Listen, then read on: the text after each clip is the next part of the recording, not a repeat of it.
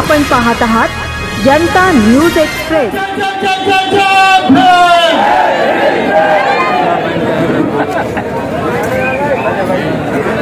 पलाई young committee president Meraj Akhtar भाई, secretary Guddo, treasurer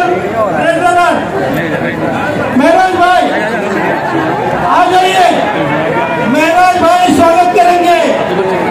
फतेह भाई, मेराज भाई, गुड्डू, मोची, मोचा, रफीक बाबा, मोहम्मद, अशरफ, सैयद, सोहेल, संजुबा, नीचे उतरो प्लीज।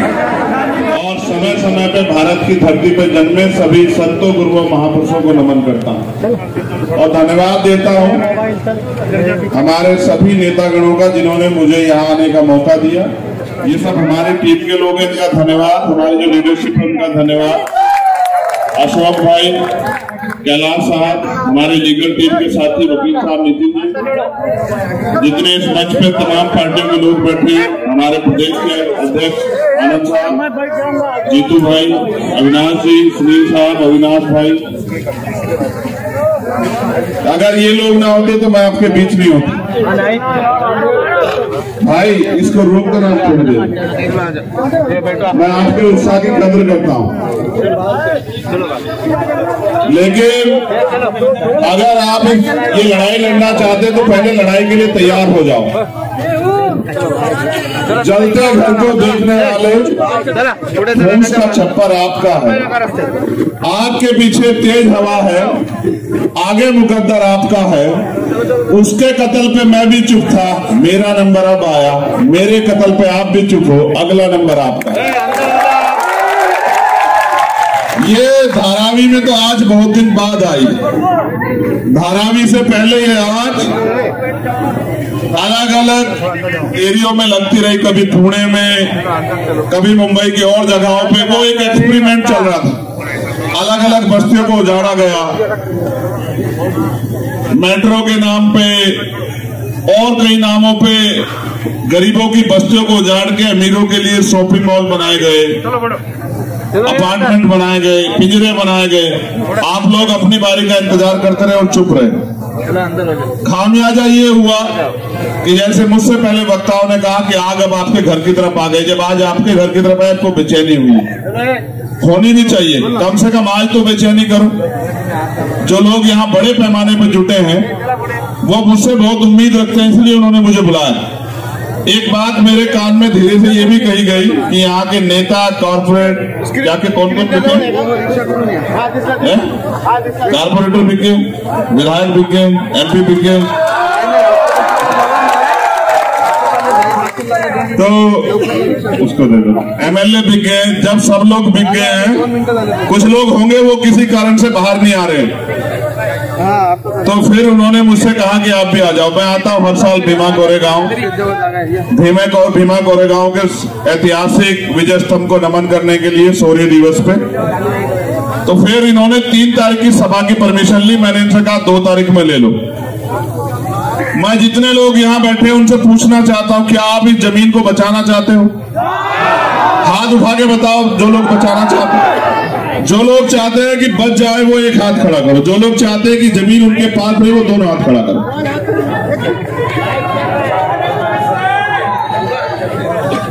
ये तमाशबीन लोग हैं जो उधर खड़े हैं। जो लोग हाथ नहीं उठा सकते वो लड़ लेंगे क्या? मैं तो तुम्हें चेक कर रहा हूं कि तुम लड़ सकते हो। दोनों हाथ उठाओ जोर से ऐसे। हाँ, जगाने पड़ते हैं ना, सोए हुए लोगों को जगाना पड़ता है, तब होती बात। देखो मेरी बात गौर करो, ये रास्ता है के बीच में, तो तुम लोग आगे आओ थोड़ा, उसको रास्ते को बना रहने दो, वरना तो बात खराब हो जाएगी। थोड़ी सी जगह बनाओ कि लोग आसानी से आते जाते रहे। मैं धन्यवाद देता हूँ यहाँ के एडमिनिस्ट्रेशन का, पुलिस के लोगों का, जिन्होंने हमें परमिशन दी कि हम अपनी बात यहाँ रखते हैं और उनकी बात को बल मिले। देखो मैं आपको वापस लेके चलता हूँ जब 14 अगस्त को देश गुलाम था। कब? 14 अगस्त 1947। 15 अगस्त 1947 को हम लोग आजाद हुए। जब देश आजाद नहीं था, इस देश में बहुत तरह के अधिकार सब लोगों के लिए नहीं थे। लोगों पे रहने के लिए जमीन नहीं थी, अच्छे घर नहीं थे, व्यापार करने की आजादी नहीं थी, अच्छी पढ़ाई के अवसर नहीं थे, तमाम तरह की परेशानियां थी, बिजनेस नहीं कर सकते थे, बहुत बड़े बड़े और जो अवसर है वो उनके पास नहीं थे। लेकिन फिर देश आजाद हुआ 15 अगस्त को, लेकिन ज्यादा कुछ नहीं बदला। 14 तारीख को जिनके पास जमीन नहीं थी, 15 तारीख को उनके पास जमीन नहीं आई। जिनके पास रोजगार नहीं थे, बिजनेस नहीं थे, रोजगार नहीं आए। जिनके पास नौकरी नहीं थी, नौकरी नहीं आई। जिनके पास घर नहीं थे, उनके पास घर नहीं आए। जिनके पास और अवसर नहीं थे, वो अवसर नहीं पैदा हुए। वो अवसर कैसे पैदा हुए? अवसर पैदा हुए जब 26 जनवरी 1950 को देश में भारत का संविधान लागू हुआ। जब संविधान लागू हुआ, वो संविधान इस बात की गारंटी देता है कि भारत में रहने वाले हर एक व्यक्ति को रोटी, कपड़ा, मकान और आगे बढ़ने के अवसर की समता, समानता, बंधुत्व, भाईचारा, उसकी तरक्की, ये सुनिश्चित करने के लिए लोकतंत्र आया कि जनता चुनेगी कि कैसी सरकार बनेगी। और सरकार जो जनता द्वारा चुने गए नुमाइंदे, वो जिन पे अधिकार नहीं थे, जिन पे अवसर नहीं थे, जिन पे साधन नहीं थे, संसाधन नहीं थे, वो उनको दिलाने का काम करेंगे। फिर गरीब से समझो और करीब से समझाता हूं। देश के लोग बड़े भावुक हैं, समझदारी कम दिखाते हैं। देश आजाद हुआ तो धन धरती राजपाट में बंटवारा नहीं हुआ। धन धरती राजपाट में लोग बड़े बड़े लोन माफ करती है, पैसे वालों को जमीन देती है, बड़े बड़े फैक्ट्री वालों को जमीन देती है और गरीबों की जमीन को छीनने का काम करती है। आप यहाँ कह रहे हैं कि आपसे हित में पूछा नहीं गया, अडानी को दे दिया गया। आप याद करो, जब किसानों के खिलाफ कानून बने, किसानों से नहीं पूछा गया। अभी ट्रक ड्राइवर, तमाम तरह के ड्राइवर सड़कों में है, ड्राइवरों के खिलाफ कानून बना, उनसे नहीं पूछा गया। जब सीए एनपीआर एनआरसी पे कानून बना तो मुस्लिम भाइयों से नहीं पूछा गया, बुद्धिस्टों से नहीं पूछा गया, ईसाइयों से नहीं पूछा गया। ये सरकारें पूंजीपतियों के गुलाम। अडानी अंबानी ने देश के बहुत सारे चैनल खरीद लिए हैं, इनको अपना प्रचार कराना है। आपकी मेहनत की कमाई, जो टैक्स की कमाई है, उस पैसे से इस देश की सत्ता पे काबिज होना है। आपका खून चूसना है, सरकारों का धर्म बन गया है। और आप देखो, आपके टैक्स के पैसे से चलने वाली सरकार आज आपको उजाड़ देना चाहती है। आप महसूस करो, अभी कितना पैसा खर्च करके सरकार गिराई, इन लोगों ने गिराई या नहीं गिराई? कितने लोगों को ईडी, सीबीआई, इनकम टैक्स से डरा? क्यों डराया? क्योंकि अडानी को आपकी जमीन सौंपनी है। ये 600 एकड़ जमीन है, ये आपने सींच के तैयार की। ये कभी बंजर जमीन होती थी, गड्ढे होते थे, आपने इसको तैयार किया, मेहनत किया, आज आपने तैयार कर दिया तो उनको बुरा लग गया है। वो आपको इंसान नहीं समझते, गरीबों को कीड़े मकोड़े समझते हैं। उनको लगता है कीड़े मकोड़ों को शहर से बाहर रहना चाहिए। मैं सरकार को यह बताना चाहता हूं कि भारत का कोई भी इंसान कीड़ा मकोड़ा नहीं है, उसका भी इतना अधिकार है जितना अडानी अंबानी का अधिकार है। सरकार इस बात को याद रखे। ये हमारी जमीन है, आपने जो तय किया बहुत अच्छी बात है, लेकिन मैं आपको ईमानदार से कहता हूं, अगर आप चाहते हो लड़ाई लड़ी जाए तो 1 लाख घर है यहाँ, एक घर से एक आदमी तैयार हो जाओ, सरकार की जमीन खींच लेंगे। अपनी एक की जमीन नहीं देंगे सरकार को। सरकार याद रखे, सरकार को क्या लगता है हम आजाद भारत में गुलाम हैं? हम गुलाम नहीं है। वो जानते हैं गरीब और कमजोर वर्ग के लोग रहते हैं। और उनकी असल लड़ाई क्या है? किसी भी देश को अगर कब्जा करना हो, किसी भी देश को गुलाम बनाना हो, तो उस देश की 2 चीजों पे कब्जा करना पड़ता है। पहला, उस देश का बिजनेस। याद करो, जब अंग्रेज यहाँ आए, तलवार लेके नहीं आए, बंदूक लेके नहीं आए, ईस्ट इंडिया कंपनी के रूप में एक बिजनेस की कंपनी यहाँ लेके आए और धीरे धीरे पूरे देश पे कब्जा कर लिया। और एक समय ऐसा आया कि हम अंग्रेजों के गुलाम हो गए। ये जो आज सरकार में बैठे हैं, ये अंग्रेजों के पिट्ठू हैं, ये इजराइल से चलते हैं। मैं इनको बहुत अच्छी तरह जानता हूं कि इनका बाप कौन है। आप याद करो, अडानी अंबानी नहीं है, वो दोबारा से ईस्ट इंडिया कंपनी लेकर आए अडानी के रूप में। अडानी के रूप में देश का सारा व्यापार वो अडानी को सौंप दे। एक दिन ऐसा आएगा, ये लड़ाई है। आपके पास जो दुकानें खड़ी हैं, आप पे जो रोजगार है, चाहे चमड़े का हो, चाहे जरी का हो, चाहे किसी और चीज का हो, वो आपसे आपका रोजगार छीनना चाहते हैं। किसानों से उनकी जमीन छीनना चाहते हैं, नौजवानों से उनकी नौकरी छीनना चाहते हैं। वो आपसे आगे बढ़ने का हक छीनना चाहते हैं, क्योंकि अगर आप अपने पैरों पर खड़े रहे तो उनकी गुलामी स्वीकार नहीं करोगे। अडानी अंबानी नहीं है, याद करो, ये अडानी नहीं है, ये इस देश की गुलामी की पहली तस्वीर है। एक दिन ऐसा आएगा आपकी सारी दुकानें, क्योंकि जीएसटी लग गई है, आपकी सारी दुकानें बंद हो जाएगी और आपकी दुकानों की जगह बड़े बड़े शॉपिंग मॉल बनेंगे। सुई से लेके और गाड़ी तक उस शॉपिंग मॉल में बिकेगी। और जिस दिन वो शॉपिंग मॉल एक दिन के लिए बंद होगा, आप रोटी रोटी को तरस जाओगे। आपको पीने के लिए पानी नहीं मिलेगा, बच्चों के लिए दूध नहीं मिलेगा। ये एक षड्यंत्र है इस देश को गुलाम बनाने का। दूसरा तरीका यह है देश को कब्जा करने का कि उस देश की सेना पे कब्जा कर लो। इन्होंने अग्निवीर योजना लाके देश की सेना के हौसले कमजोर किए और इन्होंने अग्निवीर योजना लाके जो समर्पण था राष्ट्रभक्ति का नौजवानों में, उसको कमजोर किया। ये चाहते हैं कि सेना में इनकी विचारधारा के लोग रहें, जो ये सेना के जरिए और बिजनेस पे कब्जा करके इस देश के करोड़ों शोषितों, वंचितों, कमजोरों को, मजलूमों को गुलामों जैसा जीवन जीने के लिए मजबूर करें। मगर ये भूल गए हैं कि जब फिरौन पैदा होते हैं तो हजरत मूसा भी पैदा होते हैं। ये लोग भूल गए।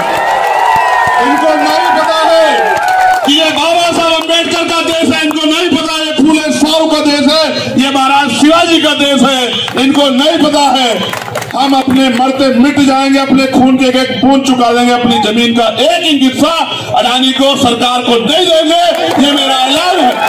और याद रखना, मैं फिर आपसे कह रहा हूं, देखो ईवीएम के जरिए सत्ता में आ रहे हैं। ईवीएम को में छेड़खानी करने के लिए नेताओं को, अधिकारियों को तमाम तरह की चीजों को खरीदना पड़ता है। उसके लिए पैसा चाहिए। पैसा कहां से आएगा?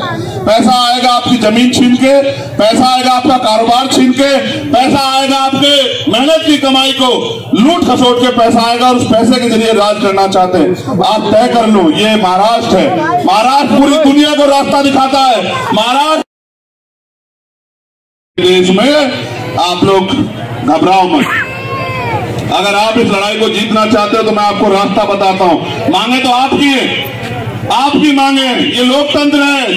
अडानी मालिक नहीं है, मोदी मालिक नहीं है, फडणवीस मालिक नहीं है, मालिक आप हैं। और मालिक से उसकी जमीन कोई छीन नहीं सकता। ये धरती हमारी माँ है और हम अपनी माँ की रक्षा करना जानते हैं। ये बात सरकार जान ले। मैं आपको ये कहना चाहता हूं, जन जागरण अभियान चलाओ। हर घर से एक व्यक्ति तैयार करो। 1 लाख लोग रोज मोर्चा निकालो। 1 लाख लोग रोज सभा करो। अपना जीवन अपनी जमीन के नाम समर्पित कर दो। कुछ दिनों में घुटनों पे आ जाएंगे। आप महसूस करो। किसानों का आंदोलन आपको याद है? 1 साल से ज्यादा किसानों को लगे, 13 महीने वो बैठे रहे। लड़ाई एक दिन में नहीं जीती जाती।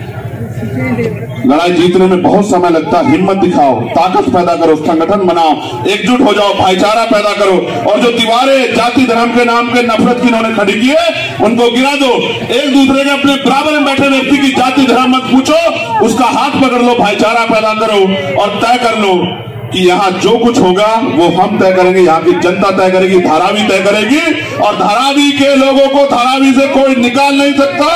अडानी नहीं, अडानी का कोई और जो इसका रिश्तेदार या इसका जो रहनुमा वो भी आ जाए, वो हमसे हमारी जमीन नहीं छीन सकता। ये बात याद रखें। मैं फिर आपसे कह रहा हूं, वो जो न्यूज चैनल रोज नफरत फैलाते हैं, वो जो एंकर बैठे हैं बेचारे मजबूरी में अपना पेट पालने के लिए, वो जो उनके इशारे पे काम करते हैं, उनका एक मकसद ये है। वो किसका काम करते हैं? जनता का तो करते नहीं, जनता के मुद्दों को तो उठाते नहीं। वो मोदी जी का प्रचार करते हैं, वो भाजपा का प्रचार करते हैं, वो विपक्ष को गालियां देते हैं, वो विपक्ष को डराने का काम करते हैं। उनका एकमात्र एजेंडा ये है कि इस देश के मूलभूत सवाल दूर हो जाएं। अगर आप अपनी जमीन बचाना चाहते हो तो मैं स्पेशली उनको कहूंगा जिन्होंने नीले पटके पहन रखे हैं, घर घर निकलो, हर घर से सूची बनाओ, एक आदमी तैयार करो और अगले 3 दिन में 1 लाख लोगों का मोर्चा रोज लगना चाहिए। कभी इस गली में, कभी उस गली में, कभी उस क्षेत्र में, कभी उस क्षेत्र में। रोज आपका मार्च होना चाहिए। आपके घर से बढ़ के, आपकी जमीन से बढ़ के आपके लिए कुछ नहीं होना चाहिए। 4 दिन में अडानी जैसे लोग घुटनों पे आ जाएंगे। और एक और बात, अगर कोई हमारी जमीन छीनने का प्रयास करेगा तो हम भी उसको नहीं छोड़ेंगे। जितने प्रोजेक्ट अडानी के यहाँ चल रहे हैं उन सब पे कब्जा कर लो जाके। वो हमारी जमीन छीनेंगे, हम उनकी जमीन नहीं छोड़ेंगे। फिर मैं कह रहा हूं आपको, अडानी पैसा कहां से लाता है आपको पता है? सरकार उसको लोन देती है। जन आपकी टैक्स का पैसा जो बैंकों में जमा है वो पैसा वहां से लेता है। उस पैसे के जरिए सरकार को पैसा देता है। यानी कि जनता का पैसा जनता को देके मालिक अडानी बन गया। बताओ, सब उसके तोते बन गए, सब उसके साथ चल रहे हैं। कुछ लोग जिंदा हैं जिनका जमीन जिंदा है, वो ना सरकार से डरते, ना जेल से डरते, ना मुकदमों से डरते। मैं तो इंतजार कर रहा हूं कि कब मुझे मुंबई की जेल देखने को मिले।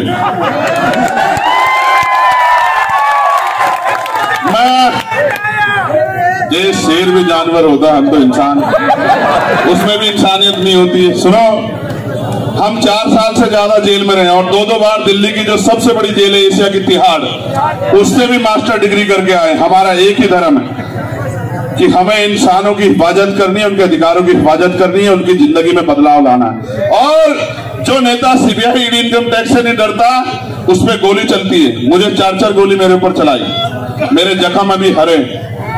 इनकी गोलियों से मरने वाला नहीं, क्योंकि आप बहुत सालों की दुआएं, प्रार्थना, आशीर्वाद माओ बहने को मेरे साथ है। और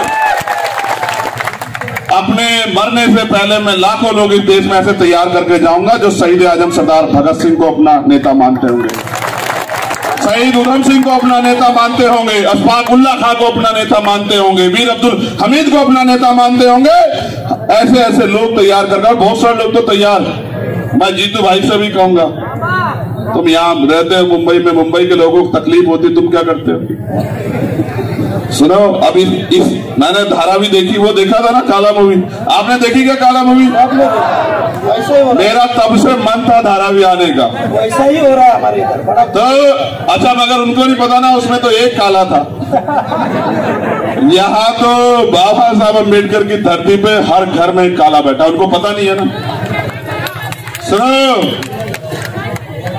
एक काला को दबा सकते थे, रोक सकते थे, इतने तैयार हैं, किस किस को रोकोगे?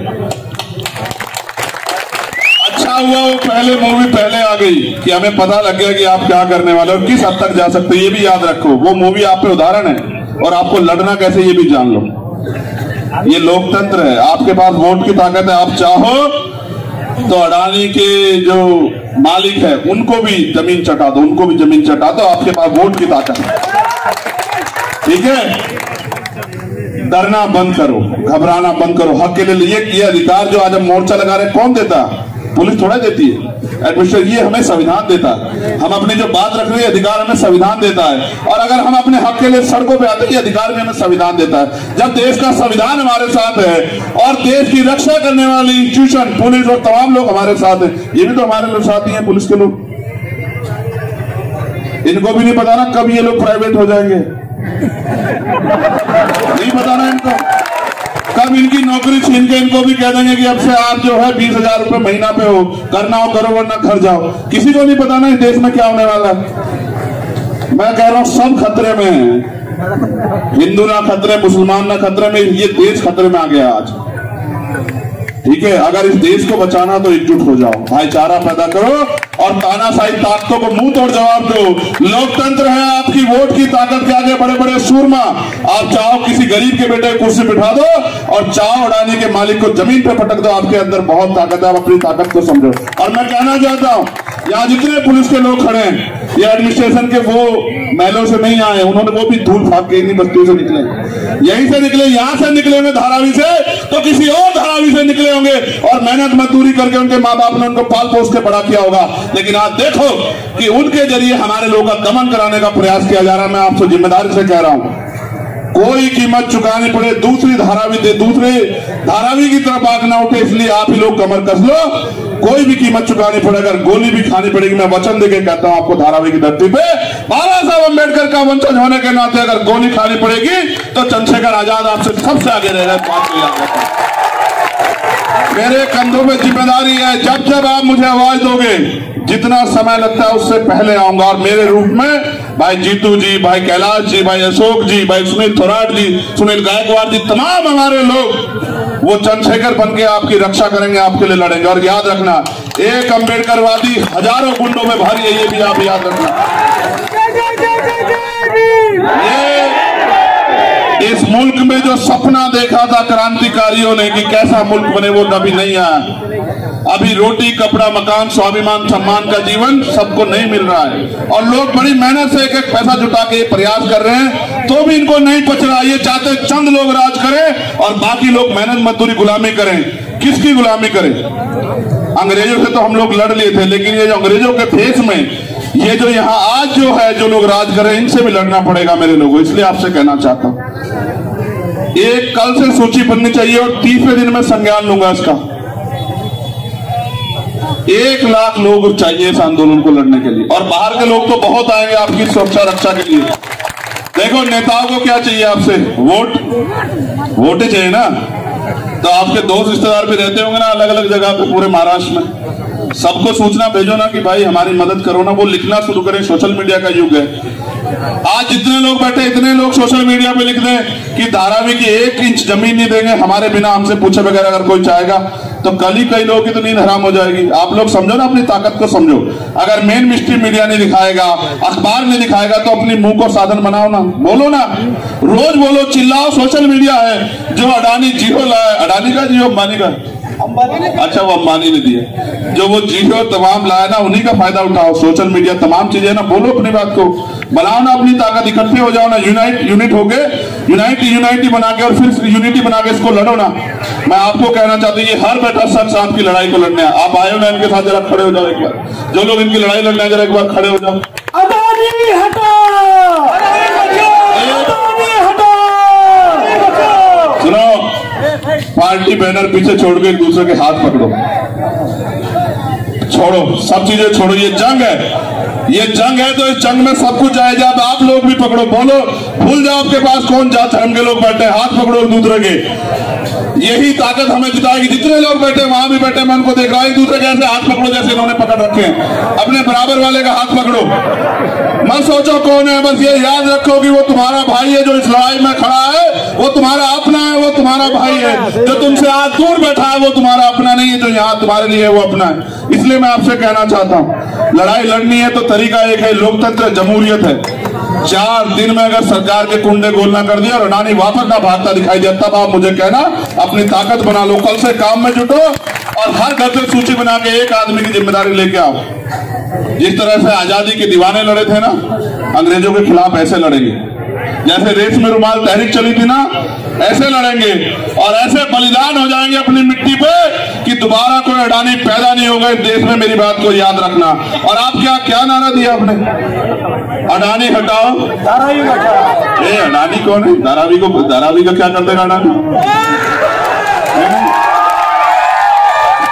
सुनो, मैं कहना नहीं चाहता था मगर फिर कह रहा हूं, शाखाओं को छोड़ दो, पेड़ को काट दो।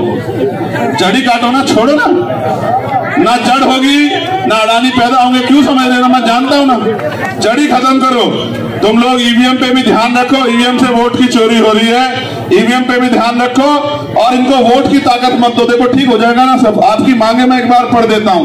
पूरे देश में जो हमारे लोग रहते हैं उनको भी पता लग जाए कि किस तरह गरीबों की जमीन लूटने का यहाँ इंतजाम किया जा रहा है। और याद रखना भाई, मैं मीडिया के लोगों को भी कहना चाहता हूं, प्यारे सम्मानित मीडिया बंधुओं, आपका बहुत बहुत धन्यवाद आने के लिए। मगर आप याद रखना कि हम बहुत मजबूत संगठन के कार्यकर्ता हैं और हमने कई बार इस सरकार को अपनी ताकत का लोहा मनवाया है। दिल्ली में हमने कई आंदोलन करके सरकार की नींद हराम करके रख दी।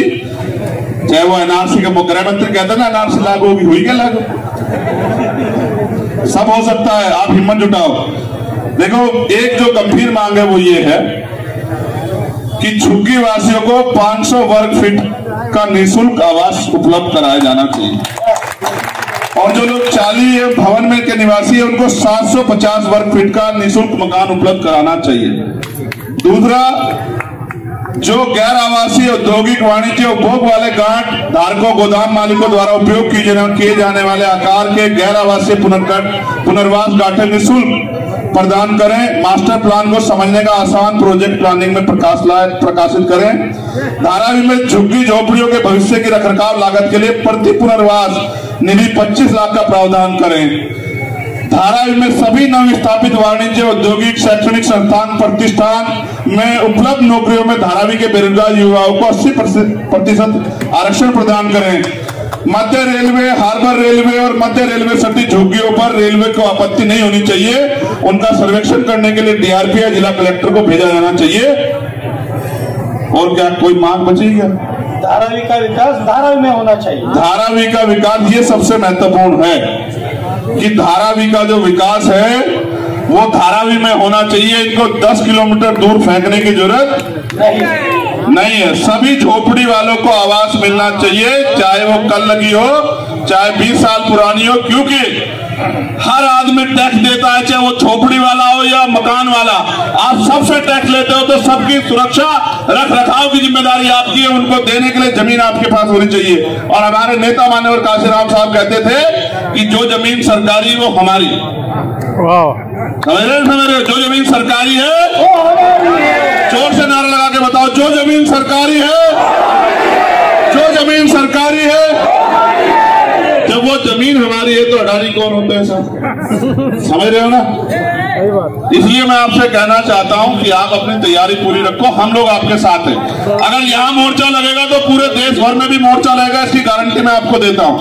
धारावी के लिए हर प्रदेश में, जिला मुख्यालयों पे, प्रदेश मुख्यालयों पे, दिल्ली में भी हम लोग मोर्चा लगाएंगे अगर धारावी के लोग इस लड़ाई को लड़ना चाहते हैं। अब ईमानदार से हाथ खड़ा करो, लड़ना चाहते हो बताओ। नहीं, ऐसे नहीं लड़ सकते, ऐसे बोलने वाले लोग नहीं लड़ते। भेड़ बकरियां कोई लड़ाई जीतती देखी क्या आपने? भेड़ बकरियां नहीं जीतती। आप योद्धा हो, अपनी ताकत को समझो। इसलिए मैं आप सबका धन्यवाद करूंगा। पुनः मैं आपको इस बात के लिए आश्वस्त करता हूं कि इस आंदोलन को हमारा पूर्ण समर्थन है। और फिर जो मैंने बात यहाँ दोहराई है, मैं उन सबके लिए संकल्पित हूँ। दुनिया में ऐसा कोई नोट नहीं बना जो मेरी राह रोक दे या मुझे खरीद ले। इसलिए बिना डरे, बिना रुके, बिना झुके इस लड़ाई को जब जब आप जितनी ताकत से लड़ोगे उतनी ताकत से हम आपके साथ हैं। पुलिस के साथियों से मैं ये कहूंगा, सरकारें बदलती रहती है, सरकारें इनको बनानी है, ये झोपड़ी में रहे या मकान में।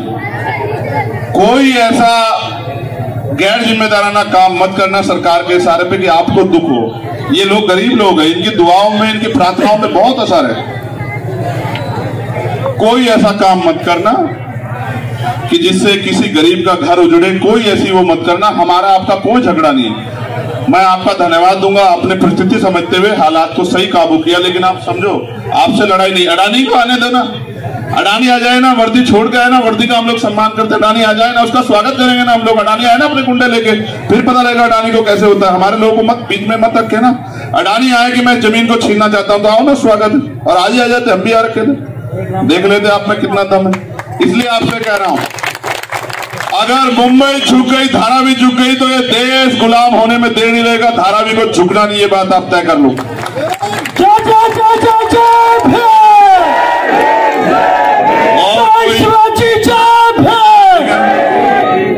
तो बहुत बहुत शुक्रिया, धन्यवाद। मुझे ऐसा लगता है बहुत जल्द देश में लॉकडाउन जैसी स्थिति होगी, क्योंकि आपको घर में रोक के अडानी को कुछ देने का इंतजाम। मगर याद रखो, किसी चीज से नहीं हटेंगे पीछे, किसी भी चीज से नहीं पीछे हटेंगे। आपकी आंख से एक आंसू नहीं टपकने देंगे, खून टपका देंगे अपना, लेकिन किसी भी कीमत पे आपको कमजोर नहीं पड़ेंगे। बहुत धन्यवाद, मीडिया के बंधुओं का भी धन्यवाद। अचूक बातम्या, निपक्षपाती विचार, अन्यायाविरुद्ध वाचा फोडणारे परखड विचारांचे सार्वभौम दैनिक प्रजासत्ताक जनता।